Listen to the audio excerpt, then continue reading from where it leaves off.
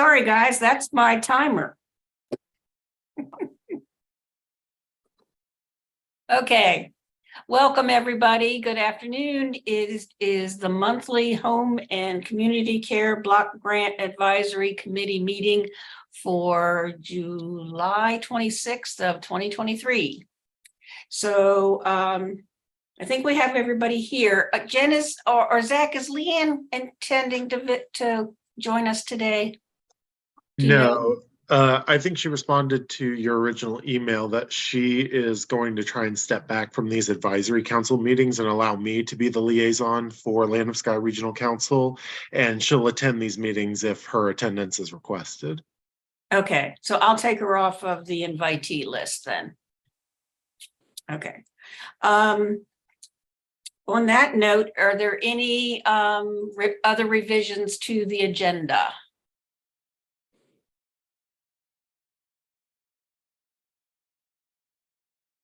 I see Rebecca shaking her head no. Is everybody in agreement? Yes. Okay. Do I have a motion to approve the meeting minutes? So moved. Second. And a second. We've got a motion and a second. All right. The meeting minutes from last month. As always, Billy did a really good job. Thank you, Billy. Does anybody? Motion that be approved? Okay, we have a motion to approve the minutes. Second. All in favor? Aye. Aye. Opposed? They're moved. Very good.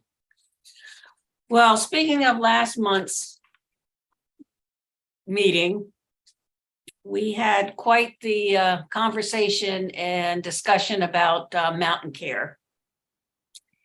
And there are several issues that warranted us to follow up and get some clarification. And one was the committee members' advocacy efforts on behalf of an individual provider. And I kind of like to table that until we get to our next agenda item, which is talking about our bylaws. But the other things were the ACA Care Partners and Mountain Care perhaps using the same tax ID number, and then an approximate outstanding accounts receivable due from Care Partners HCA to Mountain Care. So I want to let you know, Jen and I did meet with Elizabeth, and we talked about those specific issues. And also, I want to thank Suzanne, who's not here, and Cindy, as we and myself, the three of us, worked as private citizens to research public records on both the state of North Carolina Secretary of State website and also the 1090 tax returns from the IRS. And the 1090 is what nonprofits file for their annual return.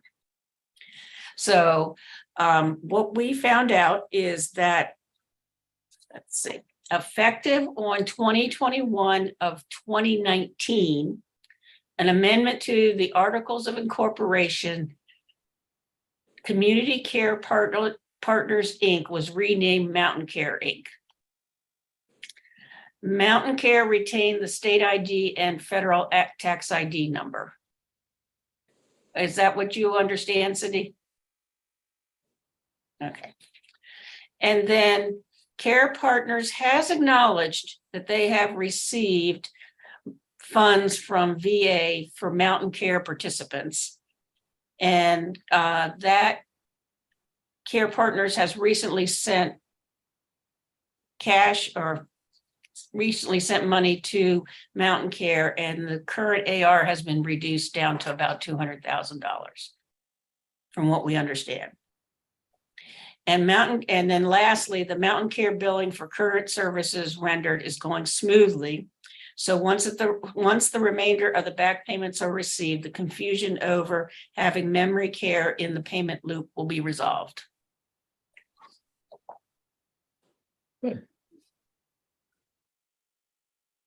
Cindy, do you have anything else to share?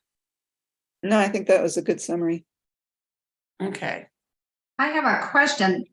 Isn't that all exactly what Elizabeth told us? Did you all find out different information from what she presented to us? I think what the main thing that I was confused about was she kind of alluded that two companies were using the same federal tax ID number. Mhm. Okay. And that's not the case. I think that's where I kind of went with part of my concern about that presentation. Okay. Yeah, that wasn't what I understood, but I guess, Well, that's good you great. clarified it. Well, that's great. I'm glad. And if I remember correctly, the presentation is in your meeting minutes. So Jen, do you have anything further to say? Nope.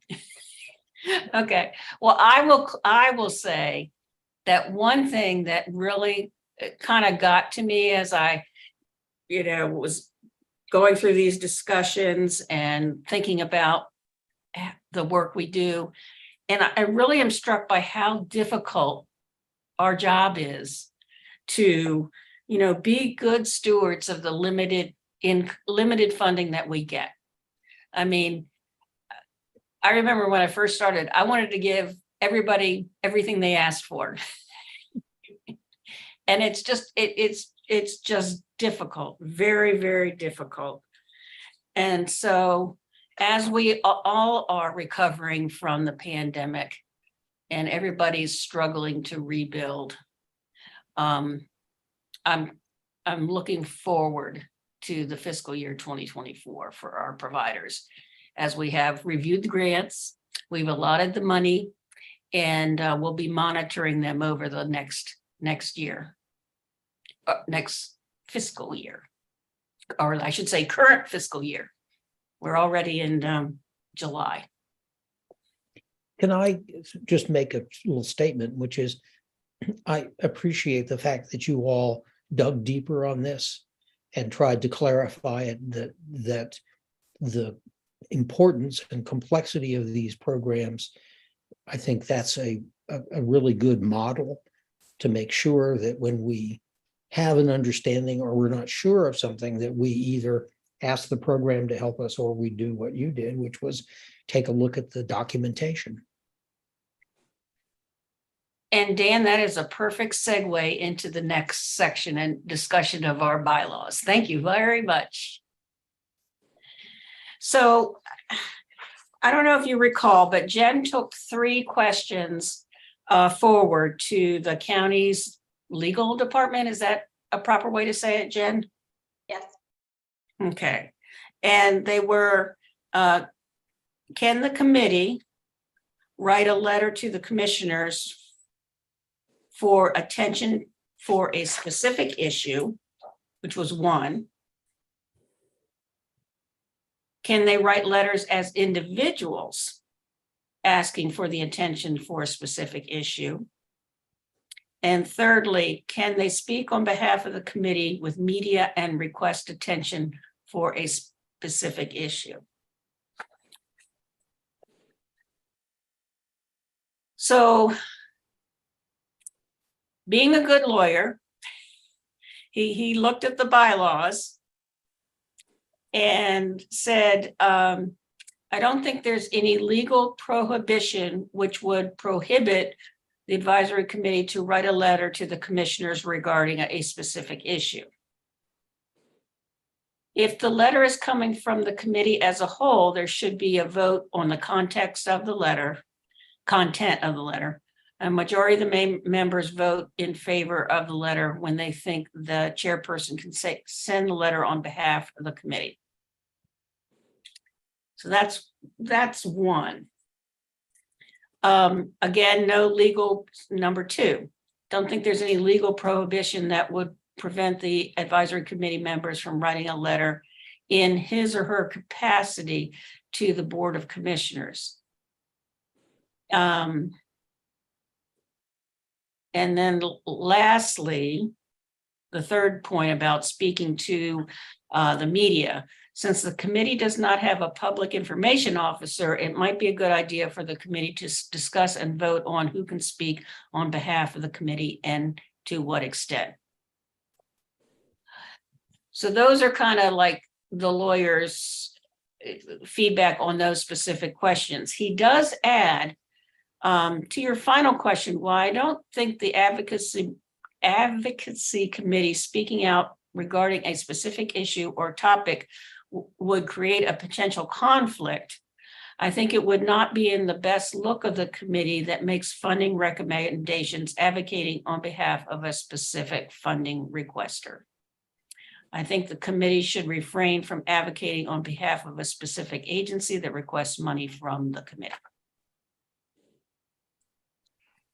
That makes sense. So, and then and it kind of boiled down to, you know, as a private citizen, I can do research and I can perhaps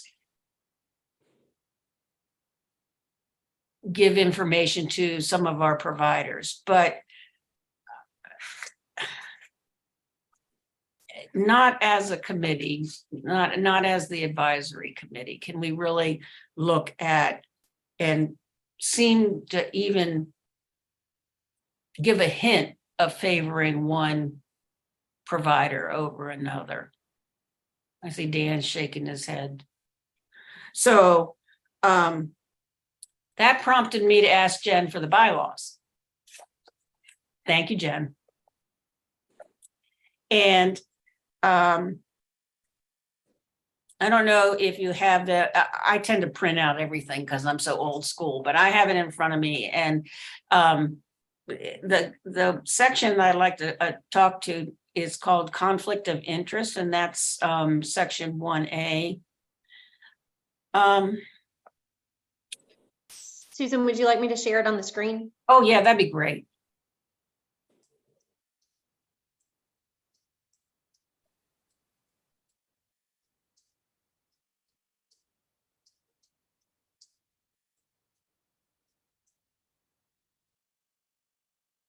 So I think when Jen gets it up on the screen, that it's pretty. So 1A, scroll down just a little bit more. It's under voting members. There we go.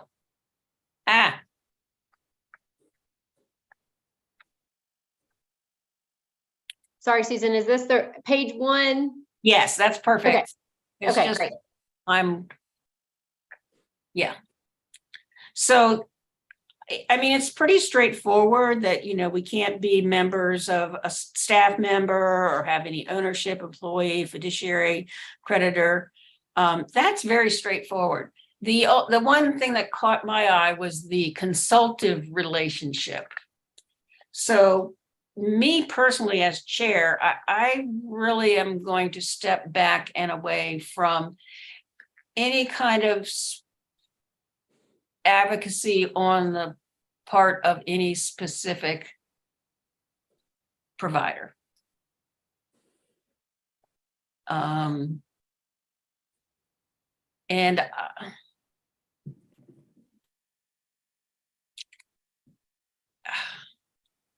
Jen, I'm struggling here, but I'm just like, I mean, I personally am not going to do it. I would think that the committee needs to be aware of that what is the definition of consultative relationship? I mean, if you want to be a private citizen and support, I don't know, Meals on Wheels or, you know, mountain mobility, transportation, you know, I think that's you know, all of the services out there need support.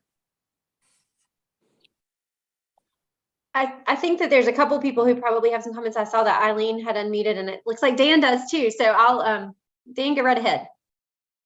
So I'm just looking at that and thinking that those relationships that are listed strike me as all being formal relationships that have some sort of contractual, either implied or maybe a paper relationship, but that our roles, I think about the visits that we did to some of these agencies, and those were to gather information Mhm. and to learn. So I think we should continue to have those relationships. What's implied, I think, Susan, in your concerns about the consultative relationship is if an agency says to us, would you help me? We need this kind of resource. A good example might be that they, ask us to write a letter of support for a grant. Has nothing to do with HCCBG money, but that's the sort of thing I think we should be very cautious about. That's my response. Mhm. Yeah, I think a consultative relationship has to be some sort of formal consultation, formal consultancy agreement, not just, something you might talk about at lunch or something like that. Okay. And I would also think that, I don't think we need to have relationships with the constituent organizations where we are helping them with this process. If it's something unrelated, I would think that would be maybe a case by case, whatever. If someone needs a letter to show that they do have support or something like that, and we've already agreed on some level of support, that's not a problem. And I do agree that we should not in any way favor our constituent organizations one over the other. But, I think in terms of helping someone with X, Y, or Z, it depends on what X, Y, or Z is and needs to be looked at carefully. Mhm. Yeah, and what about, I guess one of my questions would be, what about becoming involved as a volunteer? I'm not at this point, but one of the things I was interested in joining this committee for was to kind of, look at where some opportunities may be to become more involved in aging services. Would that seem like a conflict Well, if you were volunteering? that for one of the says organizations? you can't, yeah. I would be careful of that because I think it probably gives you some inside information. And I can, I have a friend who volunteers with one of our constituent organizations, and once or twice she invited me to social gatherings where some of these other people were, and I decided I shouldn't go to those social gatherings anymore because they were talking about things I didn't think I should know about. So I'll make that semi-confession and say I've never used any of that information or told anybody else. But I think you just, I think you have to be careful with those things. I think if you're a volunteer, you're going to hear employees complaining and you're going to hear other things, and I think it's touchy. Who was just speaking now? That was Eileen. I'm sorry, I Okay, can't sorry, I don't have a camera.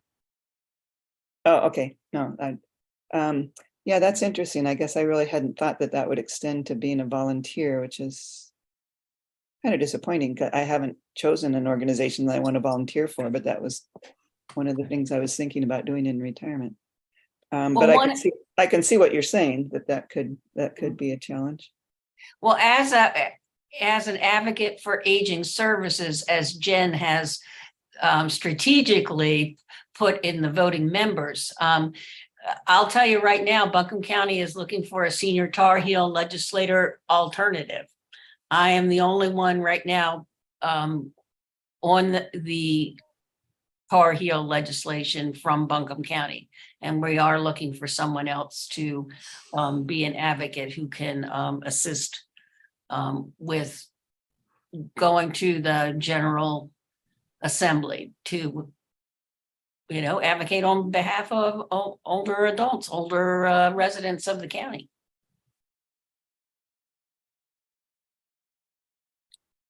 But it sounds like people concur that we shouldn't get involved as a volunteer with any of our funded agencies. Is that?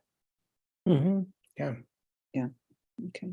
But I do think that doing something like the senior Tar Heel legislature is a different, you know, you're advocating for broad stroke support for aging services. And I remember being at a meeting in Raleigh years ago when Easley was governor, and we had something with the Division of Aging, and then lo and behold, the accordion doors open, in walks the governor, and on the other side of the room is the senior Tar Heel legislature. The other accordion opened, and it was AARP. You know, it was a beautiful advocacy moment. So powerful and good stuff. Mhm. And also with the new age-friendly statewide initiative, I think there's some momentum towards bringing to the legislature that, hey, you know, we're out there. You know, our numbers are growing. The needs for folks are there, absolutely there. And we need more help. We need more funds. Well, I would just reiterate and summarize a little bit is that what we're talking about with this section 1A are boundaries, and that we have that we want to have clear boundaries, that if we're dealing with people who are with agencies and people who are connected to the agencies that we fund, that we always ask ourselves, what's the boundary here? Should I talk to the committee about this, and let's not, you know, create any conflicts of interest or cross lines that we shouldn't cross.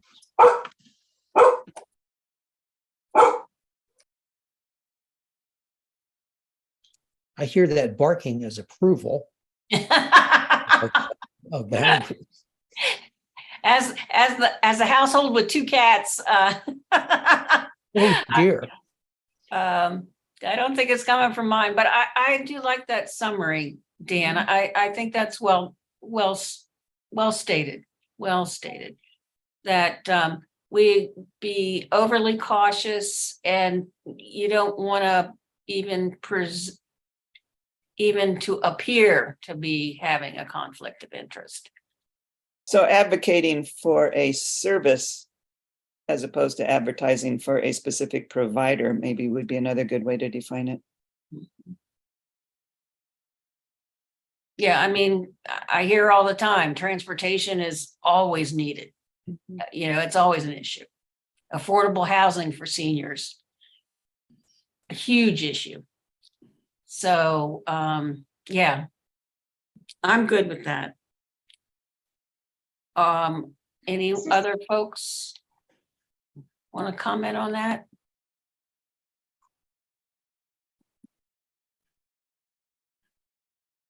Well, Just a comment. I don't see anything that prohibits being a donor to any of these organizations. That would not be included as a potential conflict, do you think? you know, I hadn't thought of that, but I mean, I give money to a number of them, and I hope that doesn't mean I'm engaged in a conflict. mean, if you don't, you're not getting anything back from giving them money. So that's not like ownership, employment, fiduciary, or anything. But delivering meals and volunteering your time instead of your money. Like if you're going to deliver meals for Meals on Wheels, that's something we're saying we shouldn't do. No. Is it okay if I jump in for just a second? And I know Yes. Zach has recently sent me an email that other advisory committees are also starting to look at their bylaws. These bylaws were drafted from other counties and their advisory committees. We could, at a future meeting, look at this section specifically and be more specific if you all wanted, and you all could decide, like, do you want it to be volunteer is listed, volunteer is not listed, donator, those who make donations are listed, those who make donations are not listed. So if that would be something that the committee would want to, we could always look at what others have in this section of their bylaws and then bring that back for a future discussion. I mean, I've seen conflict of interest provisions that have 2 pages. And that's not hard to do. I mean, I would say again, to giving money, I mean, it might start looking funny if you're on the, front pages, major sponsor or gold, whatever. But, I would think small donations shouldn't make any difference at all. But I think the purpose of this is that we will both look impartial and be impartial when it comes to making decisions on funding for these organizations, which kind of means no inside information and no benefit to you personally from your relationship with the organization. I mean, my problem with having a friend who was a volunteer, just to back up a little bit, was people were gossiping quite a bit about what was going on in there. And I decided I didn't have any business listening to them. Yeah. And I don't know, I'm sure that doesn't always happen, but I think it's hard to not pick up things that maybe you would not officially be told if you were a volunteer. Yeah, no, that's an interesting discussion. I understand. Yeah.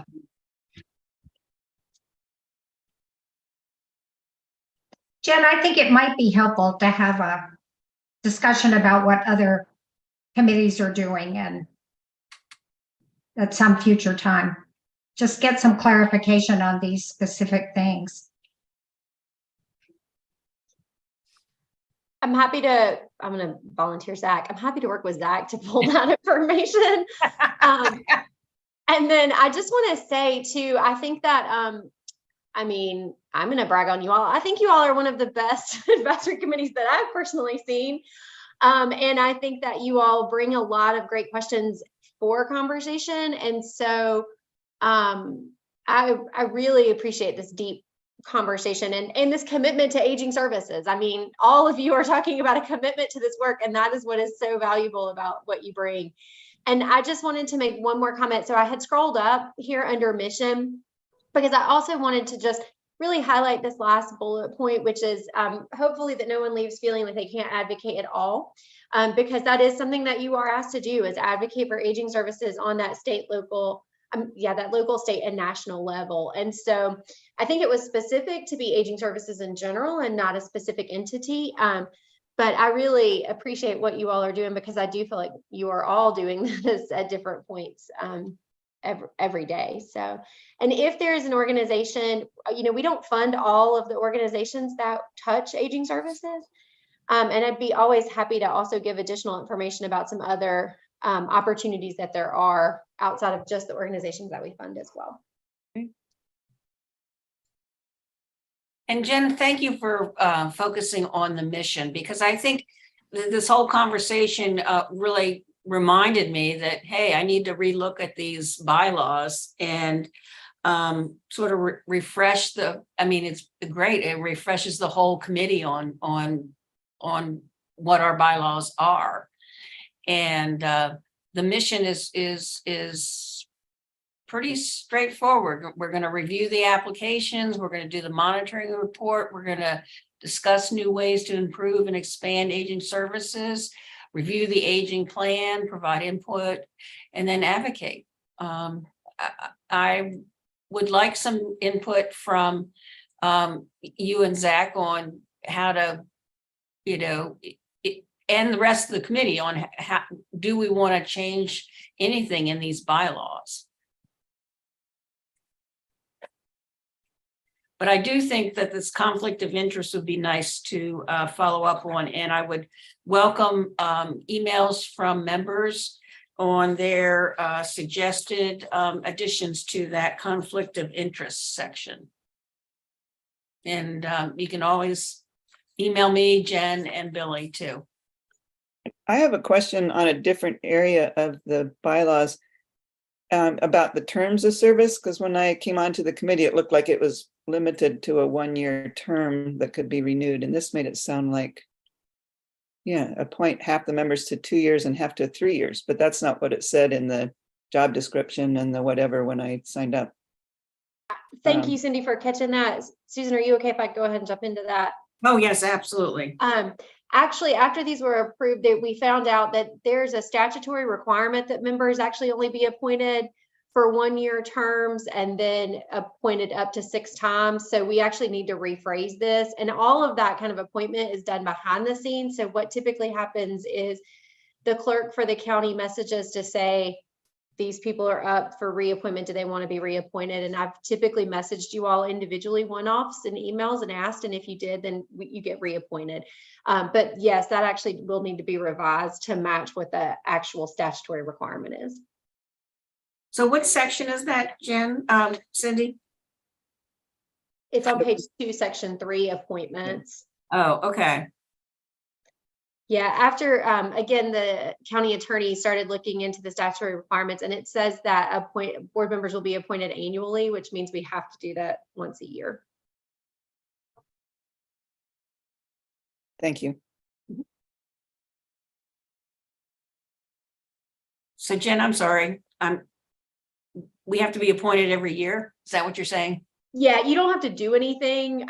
You'll get an email from me asking if you want to continue to be appointed and continue to serve, because the clerk's office will notify us, the county clerk's office will notify us and let us know. Okay. County management clerk will let us know. Well, it sounds like, I guess we are updating our bylaws. The other thing I want to bring to everybody's attention is on the page 3 of 3 about having a vice chair and a secretary. Now, we currently have support from the county with the secretaries, with Billy taking the excellent notes.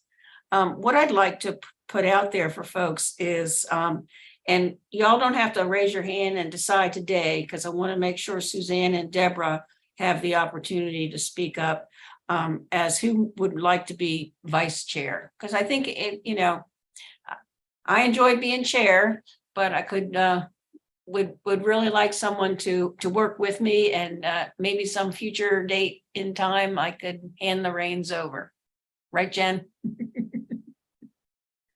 Well, that's what you stated, Susan, but I would disagree. I thought the bylaws stated it was an appointment for life, but I might have misread that.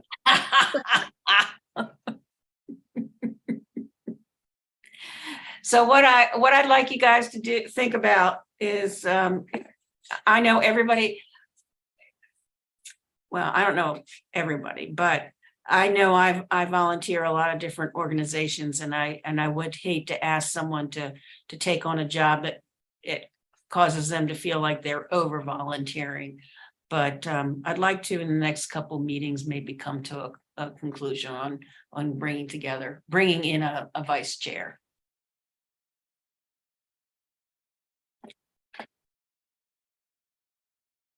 So is there anything else on the bylaws? We've agreed that we're gonna revise them with the conflict of interest and then the appointments. And then we're gonna ask ourselves if we want to be a vice chair.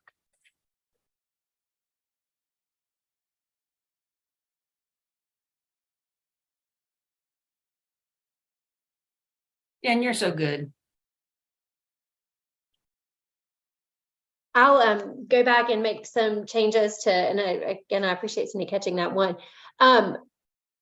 Do you all want to talk at all about the secretary? I mean, I imagine we can revise this to say may have a secretary. Like, do you all feel like it's important to have one since we have the staff support?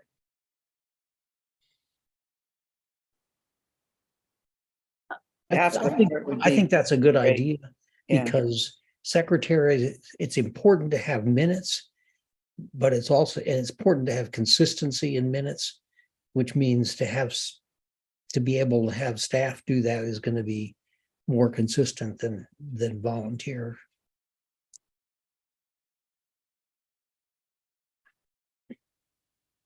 And being a contractor in my past life where I was always the person in the room that had to do meeting minutes, they are not a simple thing to do. So I really appreciate having Billy take on that difficult task. And we can reword that section somehow that says may have a secretary, but also somehow allude to the fact that the county will support that position. Jen, you're shaking your head. Yes, I'll make sure that those revisions, and I'll show them as track changes so that you all will be able to see what was originally approved and then the changes. And then if there's any additional things that anybody has that comes up, we can also revise that as we're going through to make those revisions. Okay. And then just as a sidebar, that the commissioners will have to approve the amendments. And so I don't know what that process is, but I suspect they have other more important things on their minds, and they will probably approve whatever we request. Anything else about the bylaws?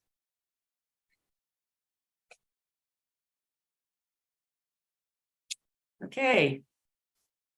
Shall we go on to our new fiscal year? I don't know about you guys, but my screen just froze up. There we go. So Jen, were you able to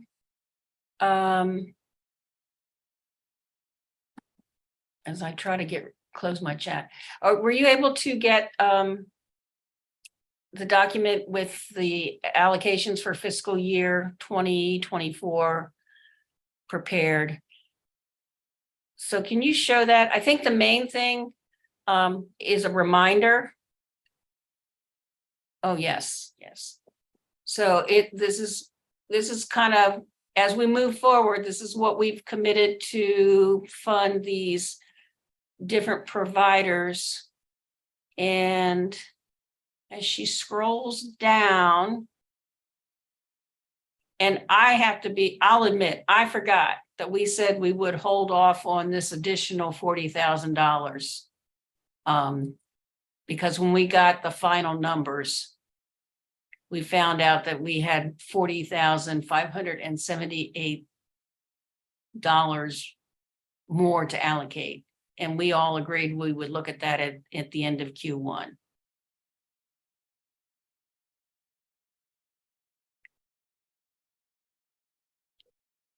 Susan, do you mind if I just speak to this legal piece in case anybody has any questions? Yes, go ahead. Okay. So you all see that legal is listed here at $10,315. I just want to make sure that everybody's clear that that is the minimum that's required for us to put into the legal line item. But as you all have historically done here in our county, Legal has historically received significant funds over that minimum requirement. So 63,326 is their allocation for this coming year or this fiscal year that we're in. So that is just added into the total that we have, which is why we have the 40,578 left to allocate. So thank you, Jen. And can you, or you or Billy send that out to each of us again, just sort of as a reminder? Because like I said, I know I forgot about that 40K. And what was sent out with the handouts was the final end of fiscal year 6/30 of 2023. And maybe Zach, I know everybody is at 100%. So how difficult was that to do at the last minute with any of the funds left over? It's definitely always a race at the end of the year to try and allocate the funding. The good thing I can say is that Buncombe County didn't have to give up any funding. A lot of providers did have to relinquish funding, but it was all able to be used within the county. And actually, Buncombe County was able to receive a little bit of funding from Transylvania County that couldn't be used. So Pisgah Legal allocated that amongst their 4 counties, and they gave a little bit extra to Buncombe County. So yeah, I mean, we are shored up at 100% spent everywhere in the grant process. You can see that there were some that are still showing as over in their percent of grant served.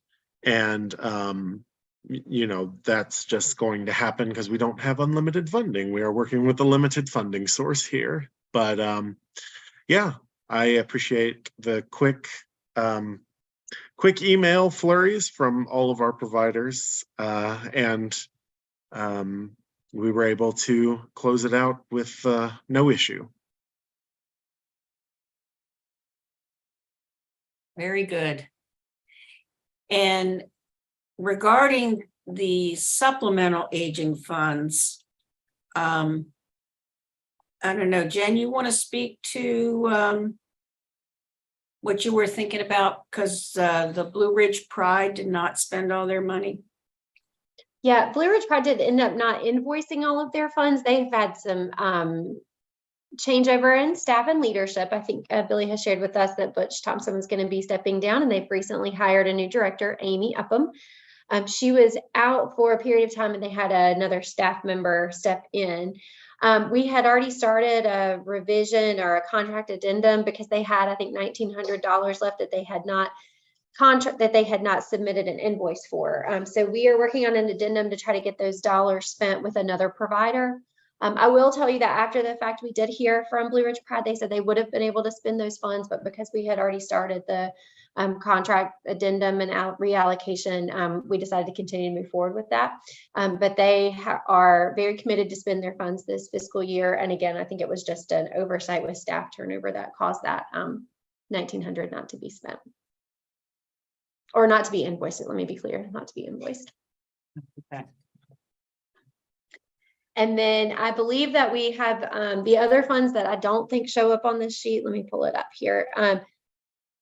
I don't think that you see the additional funds that went to Mountain Mobility or the additional funds that went to, oh, I guess you do see the additional funds that went to On Track, but not to Mountain Mobility. They're not listed there, but they did invoice for their funding, and then also Meals on Wheels. And that was, again, those allocations that came because of the in-home aid spending that wasn't able to be all used this fiscal year.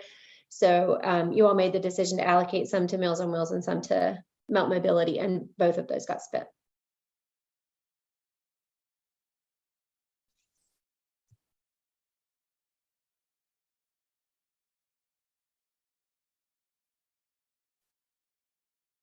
Well, my goodness, it is 4:15 and we have 15 more minutes. Didn't really have anything else on the agenda other than to determine when we might have a get together for lunch.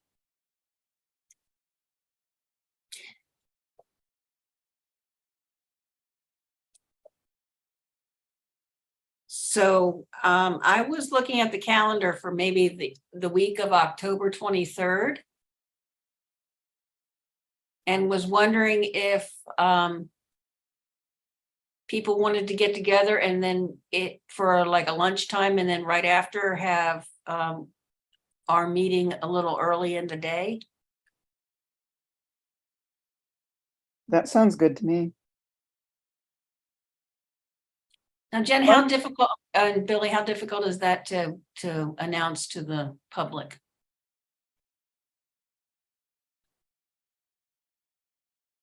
I don't think it's a problem. I think you all have plenty of time to be able to change the meeting time. I think one of the questions I think we would have is for Zach, if you all decide you want to have this meeting at Land of Sky, do they have the space available that day? Yeah, the Buncombe County HCCBG meeting still occupies the calendar for the 25th at 3:30 in October for the large conference room. Is it possible to have the meetings, like have the lunch from 12 to 1 and then the meeting start at 1? And is that what the committee's wanting to do? I just want to be clear about that because I think there was some talk about having lunch and then moving the meeting to slightly earlier in the day.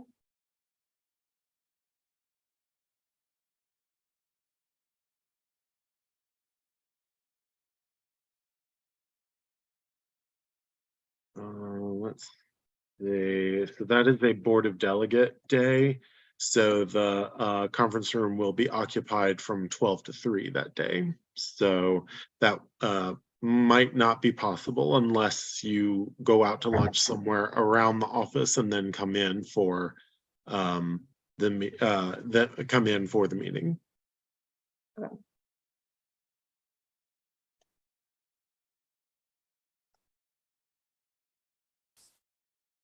So a different day, if we want to utilize at Land of Sky, or potentially a meeting like outside somewhere at a restaurant, not necessarily outside, but at another location. Well, there is, I mean, we always reserve the large conference room, but there's not a ton of us that, that conference room can hold upwards of 50 to 60 people. The medium conference room, I don't know if y'all have been to Land of Sky and seen that medium conference room, that is open starting at 12 and it looks like is open until the remainder of the day.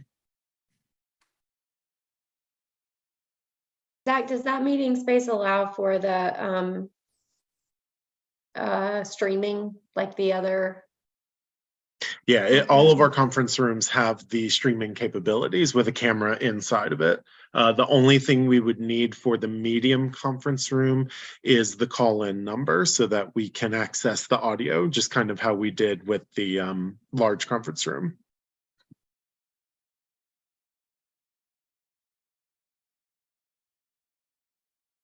Well, I've been at Land of Sky, and the medium conference room, quite frankly, is cozier than that giant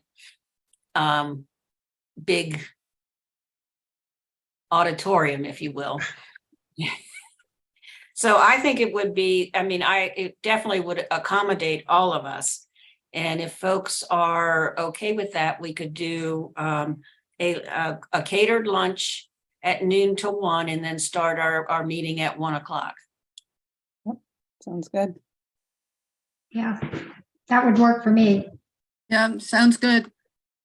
Okay, do we need a motion? Do we move that we have lunch and a early meeting on October 25th at Land of Sky, starting at lunch at noon, meeting at 1? So moved. Second. We have a motion and a second. All in favor, aye. Aye. Opposed? Okay, we have moved. We have it. We have movement.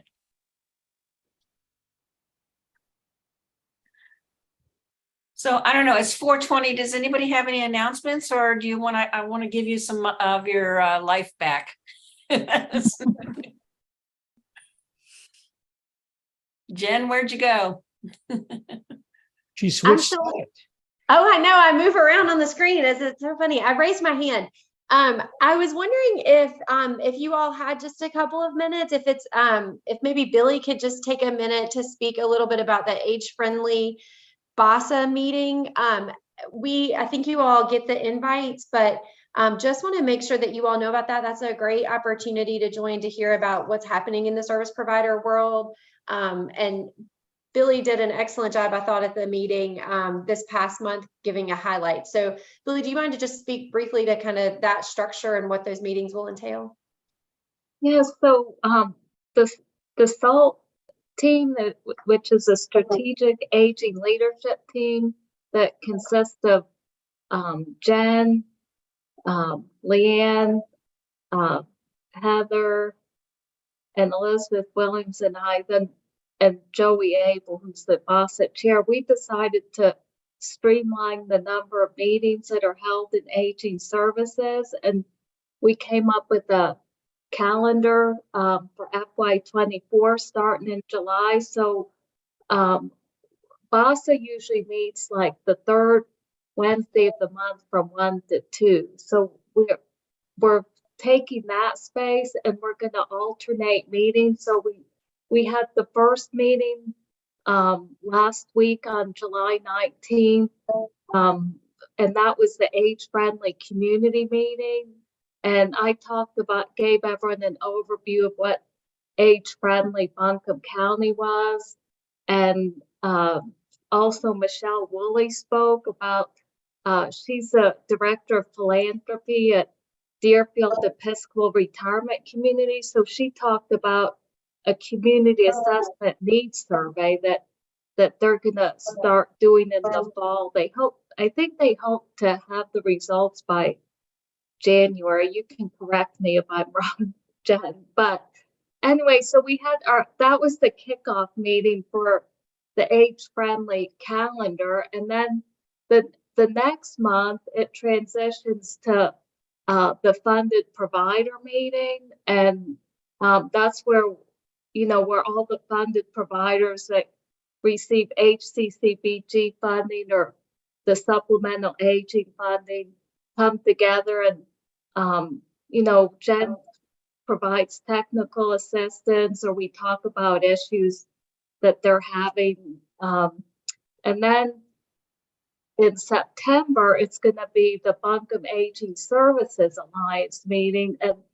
And that's where local providers get together and they network, and it's education about different aging services providers. So we have that rotating schedule so that then it transitions back to the age-friendly community meeting in September, the funded providers in October, and then Boston November. So we just started that, and we did have a pretty good turnout for the last meeting.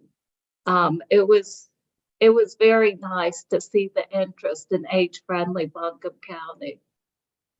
So, and these meetings are open to anyone that's interested in aging services or age-friendly Buncombe County. And we just would like people to join us. And also I wanted to bring up that I'm planning an age-friendly summit conference for next year. And I was thinking about it during Older Americans Month, but it just really depends on where we can get the location. And some suggestions were that Older Americans Month for us aging services providers is really busy. So it might be the month before, but I was thinking about having like one track for older adults and one track for aging service providers. And my goal is I'd like to start planning for that conference like the end of August, beginning of September. So if anyone's interested in serving on the planning committee, let me know, because we'd love to have you. Are there minutes or a recording of the meeting for those of us who weren't able to make it? No, I did send out, and I think you're on the age-friendly list, Cindy, but I did send out the presentations as Oh, well okay. as the organizational guide that I talked about during the meeting and our 5-year progress report, but we don't record that meeting. Okay, no, I'll look at your past emails then. I probably already have it. Thank you. Because I did intend to go to that and then I wasn't able to, so.